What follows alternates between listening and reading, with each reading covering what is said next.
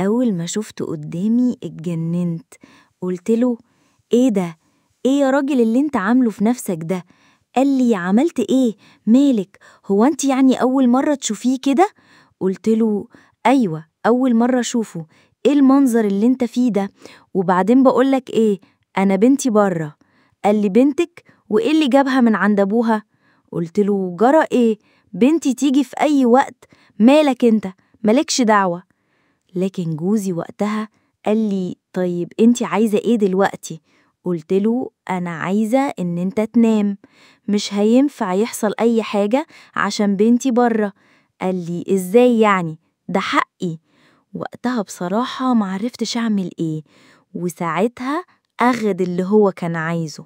أيوه، أخد اللي كان عايزه. أي نعم أنا ما كنتش موافقة، لكن هاعمل إيه؟ حصل اللي حصل. وساعتها كمان ما كانش على كده وبس، لأ، ده كان بيعمل بطريقة غريبة خلت صوتي يجيب آخر الدنيا. وبصراحة حسيت إن بنتي سمعتني. أيوة، ووقتها ما كنتش عارفة أعمل إيه، لكن اللي حصل بعد كده محدش أبدا يصدقه. تخيلوا، خلاني أنا وبنتي معاه في نفس الموضوع. أيوة، هقولكوا على كل حاجة، لكن الأول عايزاكوا تعملوا لايك للفيديو واشتراك في القناة، وما تنسوش تفعلوا زر الجرس علشان يجيلكم تنبيه وإشعار بكل الحاجات الجديدة اللي بتنزل عندي على القناة. ودلوقتي لازم نرجع لقصتنا، عشان بصراحة قصتنا بتاعت النهاردة حاجة محدش أبداً يتخيلها.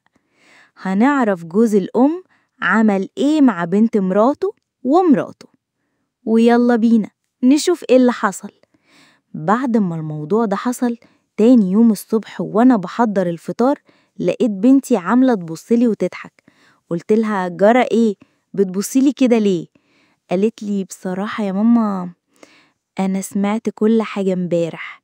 بصراحة وقتها اتكسفت من نفسي وما كنتش عارفة أعمل قلت إيه. لها: سمعتي إيه؟ قالت لي: كل حاجة، لدرجة بصراحة يعني إني تمنيت أبقى مكانك. وقتها قلت لها: إيه يا بنت اللي انتي بتقوليه ده؟ قالت لي: بقولك إيه يا ماما، أنا عندي 22 سنة، أنا مش صغيرة، ده أنا بكرة اتجوز. وقتها بيت جوزي بيسمع كل حاجة بنتي بتقولها لي.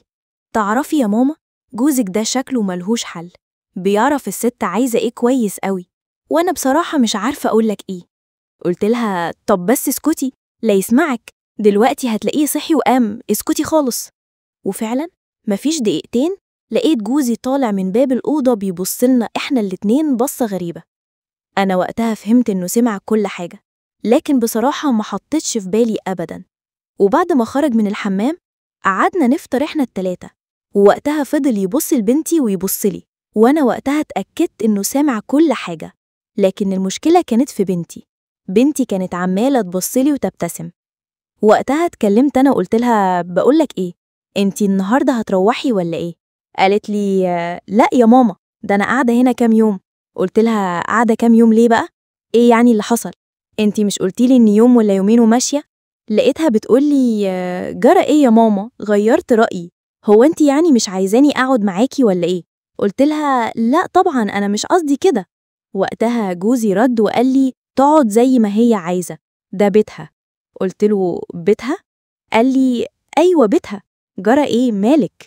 وطبعا معرفتش أتكلم لا معاه ولا معاها، وسكت. وفضل الحال كل يوم على كده، زي ما يكون قاصد يأكد لها ويسمع لها إنه راجل مفيش منه اتنين، وإن اللي بيعمله ده مفيش راجل يعرف يعمله. وأنا طبعا ما كانش في إيدي أي حاجة أعملها غير إني أسكت، ما هو في الآخر ده جوزي، ولازم أعمل اللي هو عايزه واللي يريحه.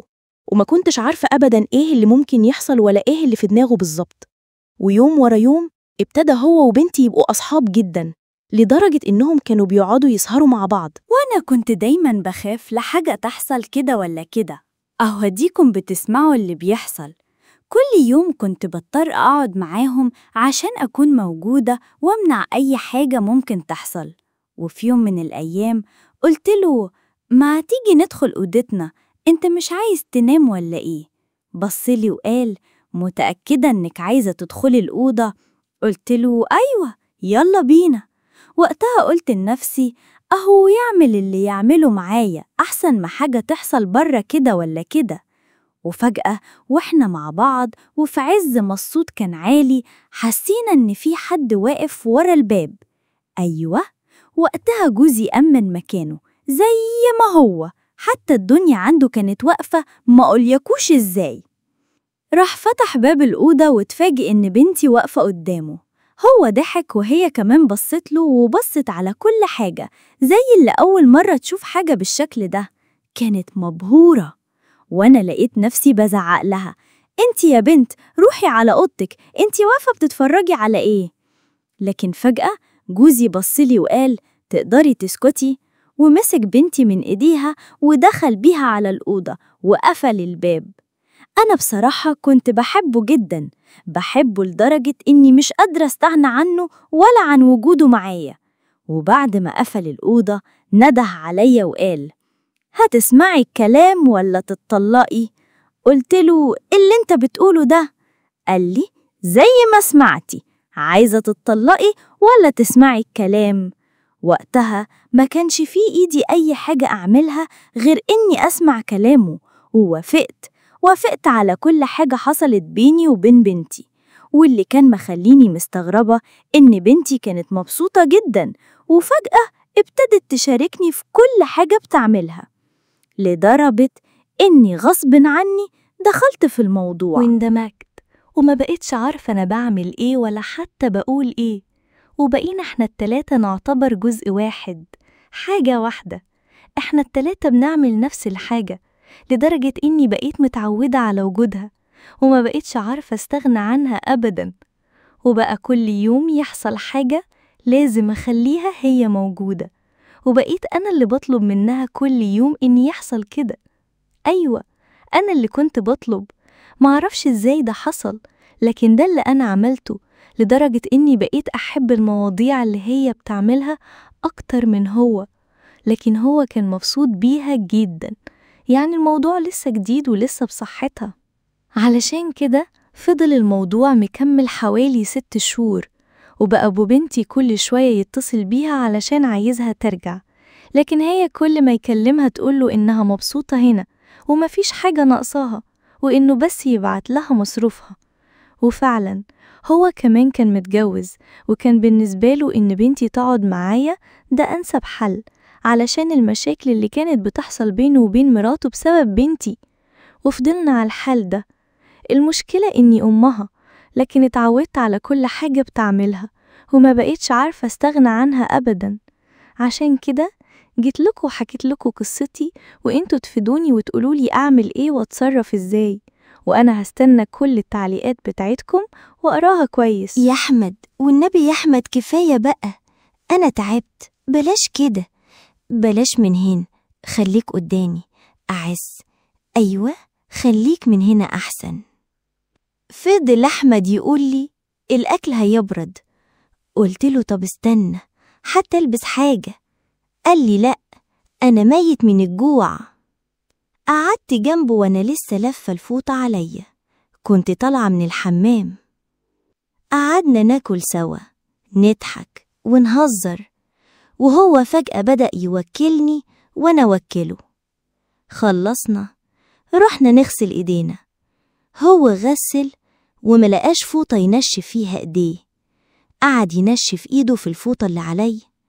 قلت له بتعمل إيه يا مجنون؟ قال لي بنشف، مش عاجبك ولا إيه؟ ضربته على كتفه، راح منشف بقه كمان.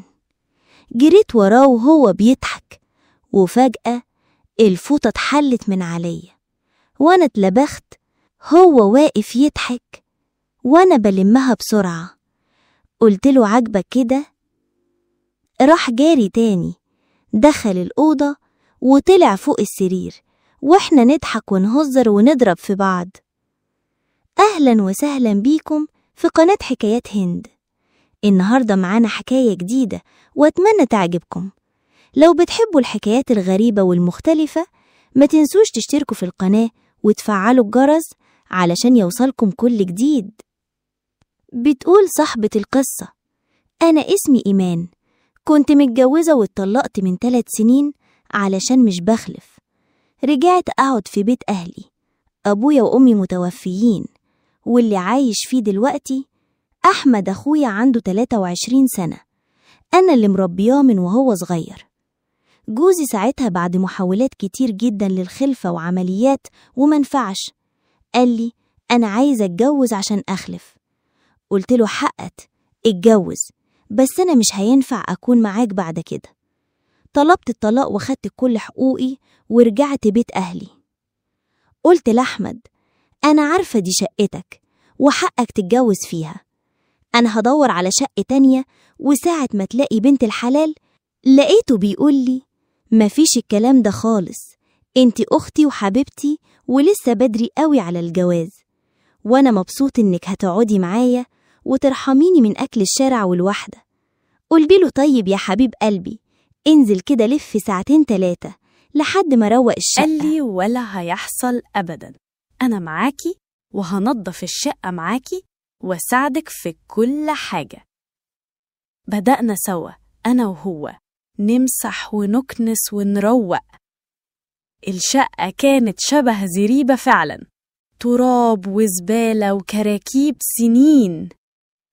قلت له انت ازاي عايش في الزريبة دي؟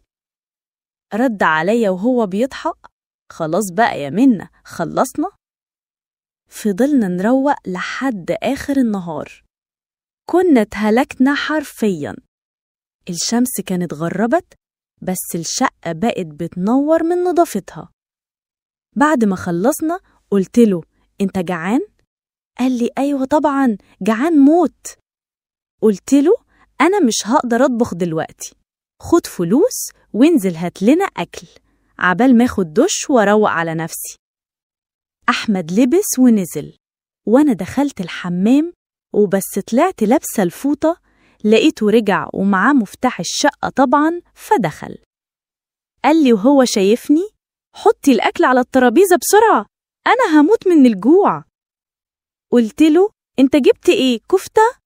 قال لي يلا بس عشان ناكل قبل ما تبرد، لو بردت طعمها بيبقى بايخ وانا خلاص هموت. قعدت جنبه وبدأنا ناكل، نهزر نضحك، هو يوكلني وانا اخطف اللقمة من بقه. ضحكنا ضحك. قلت له يا احمد ده انا من زمان ما ضحكتش كده. قال لي خلاص من النهارده هتضحكي كل يوم. بعد ما خلصنا رحنا نغسل ايدينا، وهو كالعادة ما لقاش فوطة، راح ينشف ايده في الفوطة اللي انا لابساها. قلت له يا مجنون بتعمل ايه؟ قال لي بنشف بالعند فيكي، وراح منشف بقه كمان. قمت ضرباه على كتفه، راح ضربني وجري. جريت وراه، الفوطة اتفكت وهو واقف يضحك وانا بلمها بسرعة. قلت له عاجبك كده؟ جريت تاني وراه علشان أضربه. دخل الأوضة وأنا لسه بالفوطة، كل شوية تقع مني وهو يزيد يضحك. كنت متضايقة وفرحانة في نفس الوقت. صرحت وقلت له بس بقى. دخلت أوضتي بسرعة، لبست ترنج ورجعت له. بدأت أضرب فيه وهو يهزر يضربني تاني، وأنا أقول له اوعى يا واد. يقولني مش هتضربيني تاني؟ عاد حرامي. أول ما سيبه أضربه تاني لحد ما في الآخر اتمكنت منه. فضلت أضرب فيه لحد ما تعبنا، نهزر وضحك وفرحة ما حصلتش. وبعدين قال لي إيه رأيك نخرج؟ انتي بقالك كتير ما فسحتيش. قلت له يا ريت، نفسي أروح النيل أشم هوا واكل ذرة. قال لي خلاص يلا استعدي، أنا هدخل أغير هدومي. قلت له لأ، أنا هدخل الأول. خدت الفوطة ودخلت الحمام، ولما دخلت كان بيضحك عليا تاني. خلصت وكنت محتارة ألبس إيه. ناديته أحمد إيه رأيك ألبس إيه؟ جابلي بنطلون وبادي وشميس مفتوح كده. قال لي ده هيخليكي مرتاحة وتتحركي بسهولة. لبست وطلعت مزة فعلا. اتظبطت على سنجة 10. أحمد أول ما شافني قال لي: إيه العسل ده؟ إيه السكر ده؟ مسك إيدي وأنا لفيت بدلع وقلت له: ده أنت الموز يا أحمد. نزلنا ركبنا المترو، وطول الطريق ما كناش سايبين بعض، وأول ما وصلنا ركبنا حنطور. اتمشى بينا وسط الأغاني والمهرجانات والناس تتفرج علينا، وأنا فرحانة كأني بنت 16 سنة. رجع بينا الحنطور لنفس المكان ومشينا سوا. لقينا بتاع دربوش وبتاع ذرة، راح جاب لي ذرة، وواحد بيبيع ورد واقف بعيد. الراجل اللي بيبيع ذرة يقول لي: اتفضل يا عسل، اتفضل يا ست الكل، اتفضل يا ست البنات، ورقة الحب. أحمد بصله وقال له: يا باشا دي أختي. وقعدنا نضحك ونهزر وإحنا في قمة السعادة. رحنا عند المراكب وركبنا مركب في النيل. كان قاعد جنبي ومشغل أغاني. قلت له: عارف يا أحمد نفسي أعمل إيه؟ قال لي: قولي اللي في نفسك. قلت له: نفسي أرقص. قال لي: بطلي هبل وجنان. قلت له: علشان خاطري أنا مبسوطة وسعيدة جدا. وفعلا قمت وقعدت أرقص على المركب. كنت حاسة إني طايرة من الفرح، أول مرة أحس إني عايشة بجد. لقيت أحمد قام معايا وبدأ يرقص جنبي، وكان يوم ما يتنسيش. خلصنا وطلعنا على الكورنيش نمشي سوا. دخلنا وسط البلد، قلت له: نفسي آكل كشري، مش جعانة بس نفسي رايحاله. قال لي: من عينيا يا ستي، علشان ما تقوليش إني بخيل. دخلنا محل الكشري، أكلنا ونفسنا فعلا انفتحت. طلبنا حلو وحلينا وخرجنا مبسوطين جدا. قلت له: نفسي أروح الملاهي أركب المراجيح اللي ب4 عجلات وألف أتنفس أتفسح. قال لي: أي حاجة تؤمري بيها تتنفذ، أنا عايزك تنسي كل اللي فات. قلت له: نفسي أنسى اسمي. قال لي: أنا مسؤول أحققها لك. قلت له: إزاي؟ قال لي: بس استني لما نروح البيت. ورجعنا البيت، وأول ما دخلنا حضنته وبوسته، وهو شالني بين إيديه وقعد يلف بيا ويضحك. قلت له: ده أنا كنت مخنوقة ومهبوسة، نفسيتي كانت متدمرة. قال لي: وأنا جاية أنسيكي كل حاجة حتى اسمه، بس مش عايزة أقولك. قلت له: ليه؟ مش أنت وعدتني؟ ما تبقاش رخم وخليك قد وعدك. ضحك ضحكة كبيرة وقال لي: أنا خايف تضربيني. قلت له: ما تقولش كده، ولا أنا مش حبيبتك؟ قال لي: خلاص حاضر. دخل أوضته وجاب سيجارة باين إنها مظبوطة. قال لي: امسكي دي كده، أحلى مسا. قلت له: إيه ده؟ أنا مش عايزة أنسى. قال لي: خديها، خدي نفس ورا نفس وشوفي اللي هيحصل معاكي. خدتها وبدأت آخد نفس ورا نفس. قلت له: طعمها غريب. قال لي: بس كمليها للآخر. وبعد نصها كنت حرفياً طايرة، مش قادرة أسيطر على نفسي ولا على ضحكي ولا على جسمي، عمالة أضحك عمال على بطال. قال لي: روحي غيري هدومك. قلت له: هاخد دش.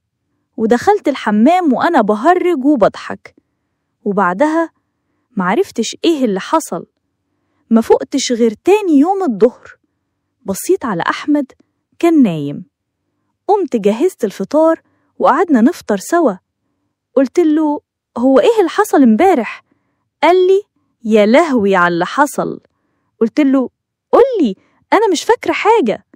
قال لي: ده أنتي كنتي بتضحكي وتضحكي وعمالة تدربي فيا وأنا ما عملتش حاجة. قال لي: بس بصراحة كنا مبسوطين جدا، ولو عملتي رياضة حلوة النهاردة هفسحك فسحة تانية زي بتاعة امبارح بالظبط. وهنا يا جماعة أنا فعلا ما كنتش عارفة إيه اللي حصل ولا اللي جرى ما بينا. وفي الآخر اكتشفت إن أحمد عمل معايا حاجات كتير وأنا مش عارفة أتصرف إزاي ولا أعمل إيه. يا ريت تنصحوني، تقولولي أعمل إيه، أنا محتارة ومش فاهمة نفسي.